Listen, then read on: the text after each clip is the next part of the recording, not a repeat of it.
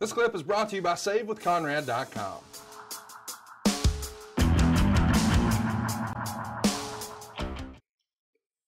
Next up, we've got Stardust teaming with King Barret to take on Stephen Amell and Neville.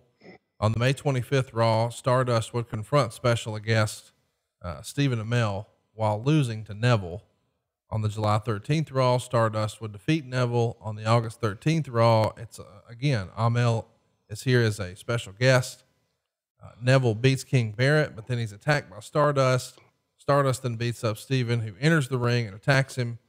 And then Amell and Neville ask Triple H to make a tag match at SummerSlam with Amell and Neville facing Stardust and Barret. And here we are.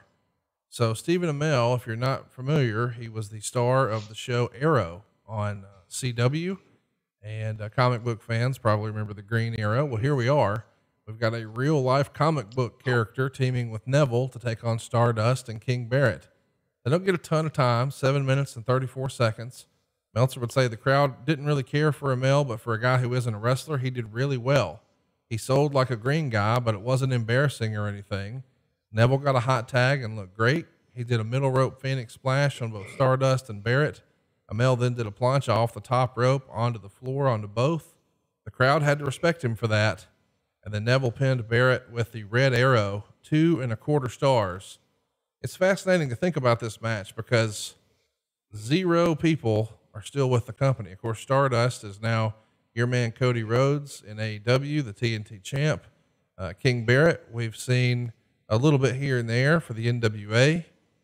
Stephen Amell, we saw pop up at All In a few years after this in Chicago, taking on Christopher Daniels. And of course, Neville, we know, is now basically a gargoyle. What a performer he has been for AEW. I mean, really a special performer. 2 1/4 stars here. What'd you think of this? I mean, this is the proper use of a celebrity, right? You put him in a tag match, you get one big spot.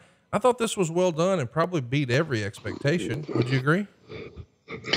Yep. And I'll tell you a little history is, prior to this match happening, I got word, I needed to be at a live event really early because Stephen Amell was going to be there. He was out on the coast doing a movie, and we were going to get him in the ring and just see what he had, just one afternoon before a live event.